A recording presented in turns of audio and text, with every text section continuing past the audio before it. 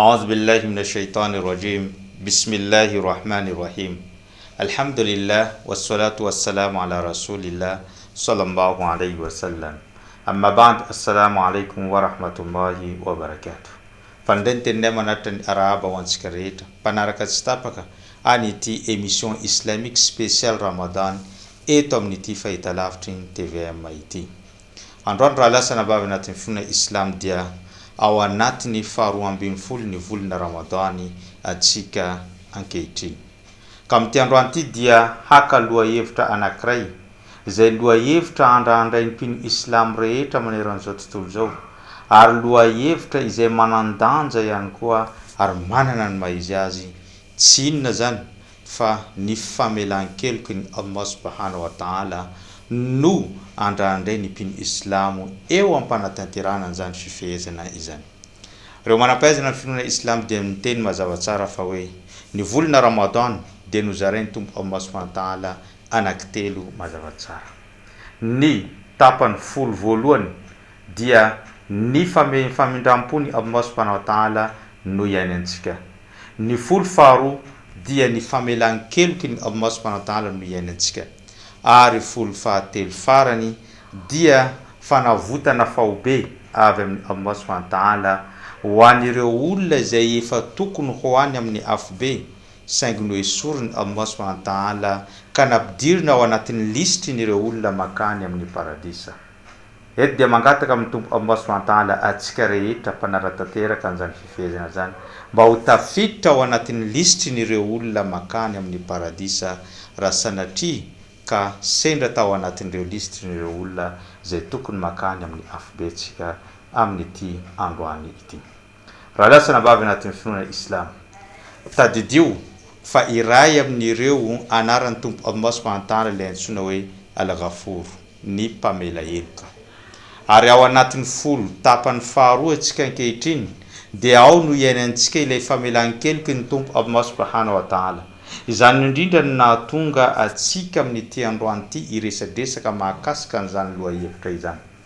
Raha lasana bavy anatin'ny finoana islam,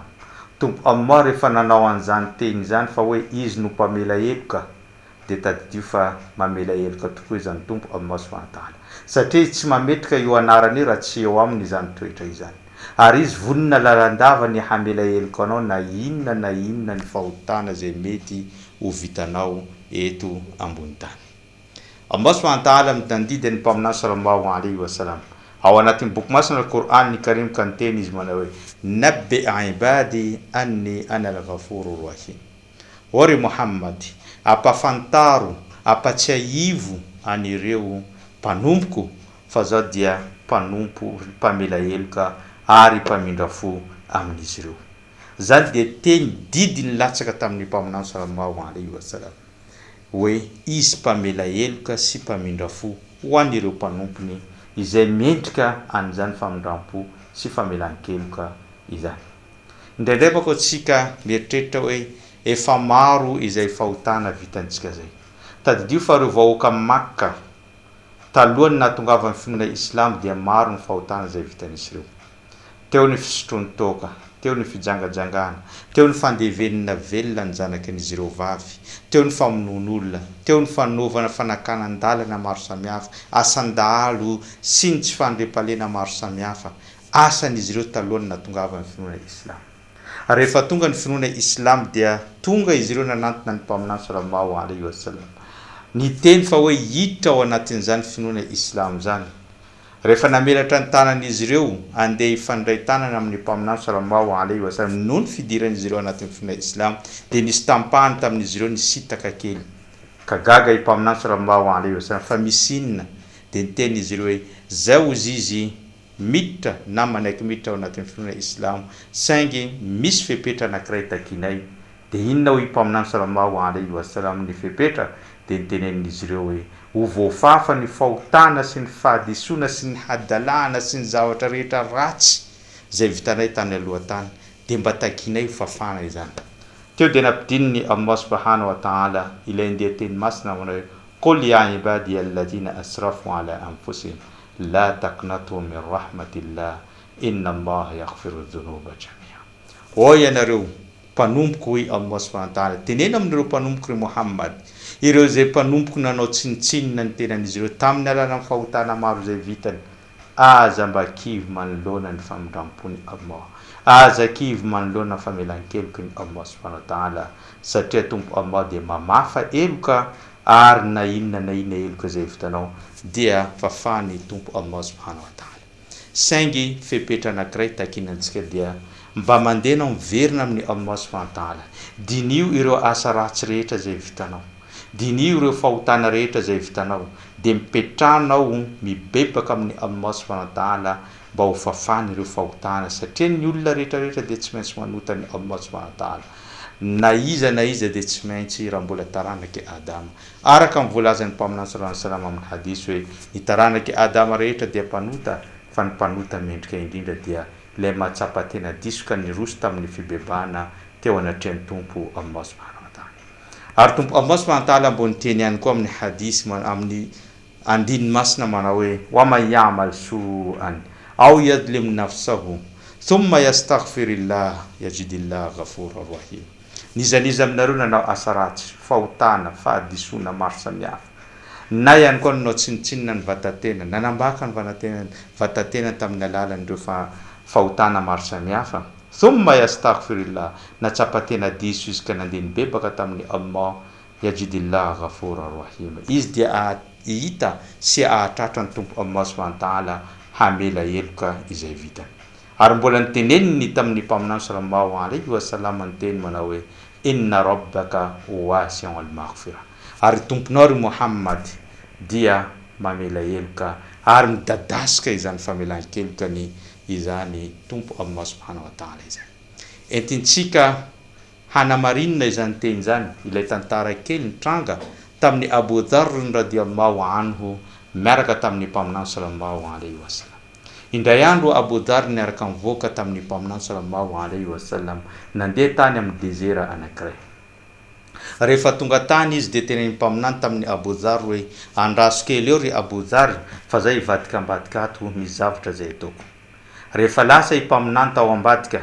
dia naeno Abu Dharr miresaka amin'ny olona mpaminany sallallahu alaihi wasallam nefa Abu Dharr tsy mahita akory hoe iza no iresany mpaminany sallallahu alaihi wasallam dia naeno Abu Dharr tamin'ny fotoana iny teny mpaminany hoe wa inzana wa insarak wa inzana wa insarak wa inzana wa insarak eny na dia nijangajanga na dia nangalatra na njangajanga na dia nangalatra na dia njangajanga na dia nangalatra rehefa tapitra zany teny ny mpaminany zany sallallahu alaihi wasallam izany dia izy tonga teo amin'ny Abu Dharr dia gaga Abu Dharr ka niteny taminy o ry iraky Allah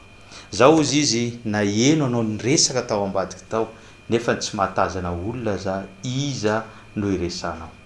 dia mitantara mpaminany sallallahu alaihi wasallam manao hoe zao izy rehefa nivadika tao ambadika dia tonga teo amiko Jibril alaihi salam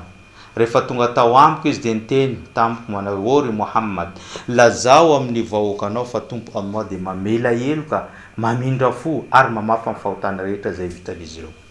dia nanontany zao izy wa inzana wa insarak na dia njangajanga na dia nangalatra dia namaly i Jibril hoe eny na dia njangajanga na dia nangalatra dia mbola nanontany fanondrozana na dia njangajanga na dia nangalatra dia namaly Jibril hoe eny na dia njangajanga na dia nangalatra dia naveriko fantelo teny hoe na dia njangajanga na dia nangalatra dia niteneny Jibril hoe eny na dia njangajanga dia nangalatra na dia nisotro toka ampilazao ny vahoakanao fa tompo Allah subhanahu wa ta'ala mamela ny eloka rehetra zay vitan'izy ireo raha ohatra ka izy ireo maty tsy nikomeny Allah na tsy nampitambatra amin'ny fanomponany Allah amin'ny zavatra hafa